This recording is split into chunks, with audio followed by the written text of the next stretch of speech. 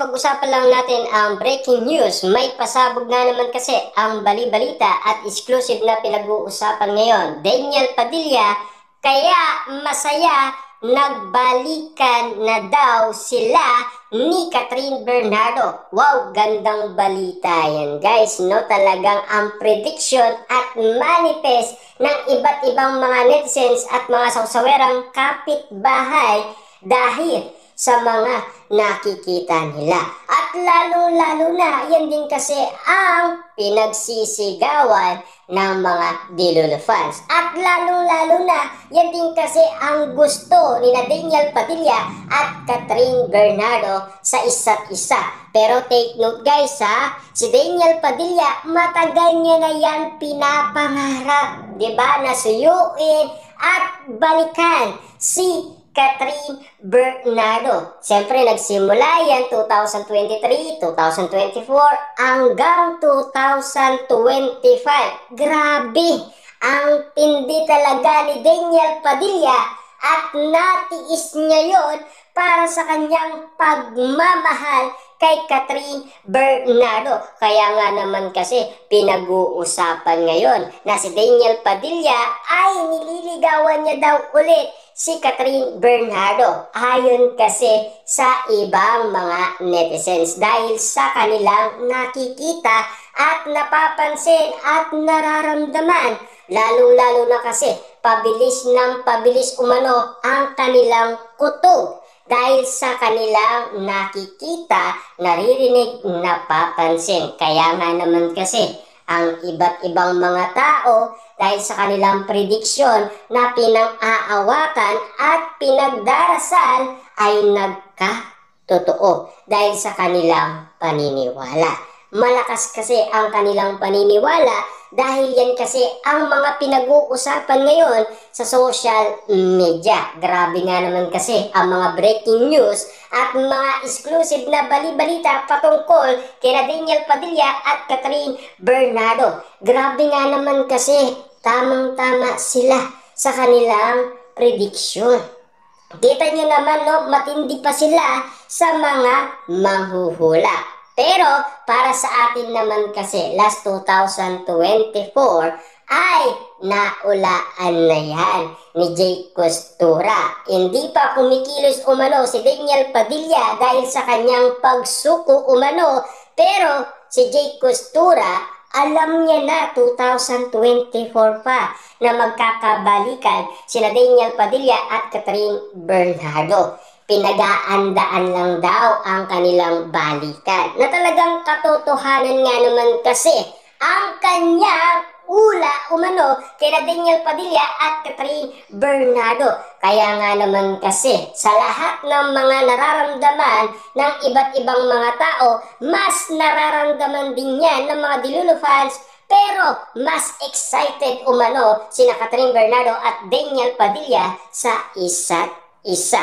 Nasa mukha naman kasi with feelings na may kasamang luha ng pagmamahal. Kitang-kita naman natin kasi malungkot man marinig ang kanilang luha na may pagmamahal, at least napakakilig kasi ang mga eksenang naririnig natin na pinag-uusapan patungkol umano sa mga bali-balita patungkol kina Daniel Padilla at Catherine Bernardo na talagang pinaniniwalaan ang karamihan dahil magandang pasabog naman kasi yan at magandang bali-balita yan para sa atin.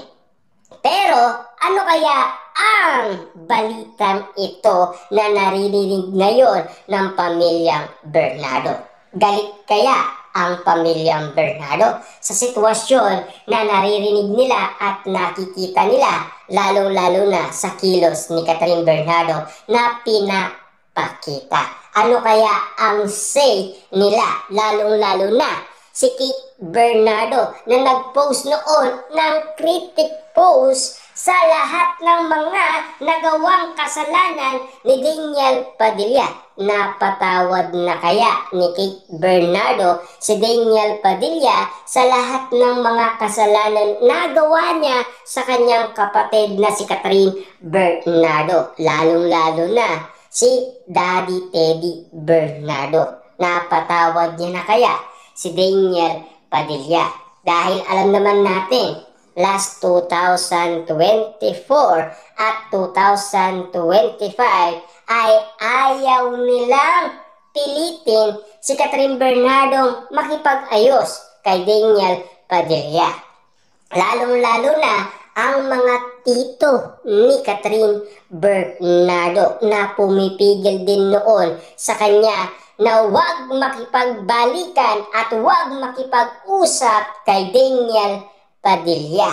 Ano kaya ang say ng mga kamag-anak ni Catherine Bernardo sa ganitong sitwasyon ng mga prediksyon ng iba't ibang mga tao dahil sa nararamdaman nila at dahil sa pinapakita ni Daniel Padilla at Catherine Bernardo?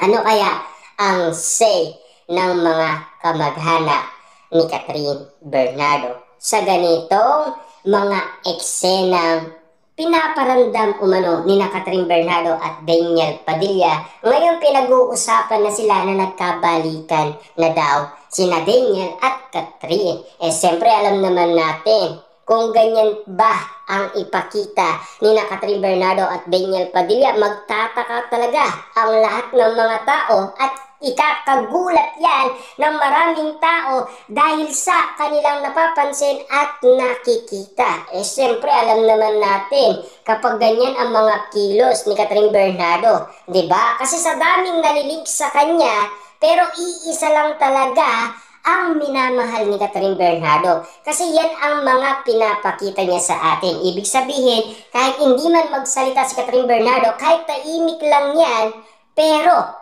spotted naman kasi yung mga kagamitan ni Daniel Padilla na sinusuot niya. Siyempre magtataka ang maraming tao, bakit napunta yon kay Catherine Bernardo? Bakit ba sinusuot yon ni Catherine Bernardo? Ang tanong ng mga tao, baka nagkabalikan na sila na talagang totoo ang sinasabi daw ni Sian Gasa na talagang meron talagang lihim na nangyayari at lihim na tagpo umano kina Daniel Padilla at Catherine Bernardo na pinag-uusapan. Dahil malihim nga naman kasi ang mga artist.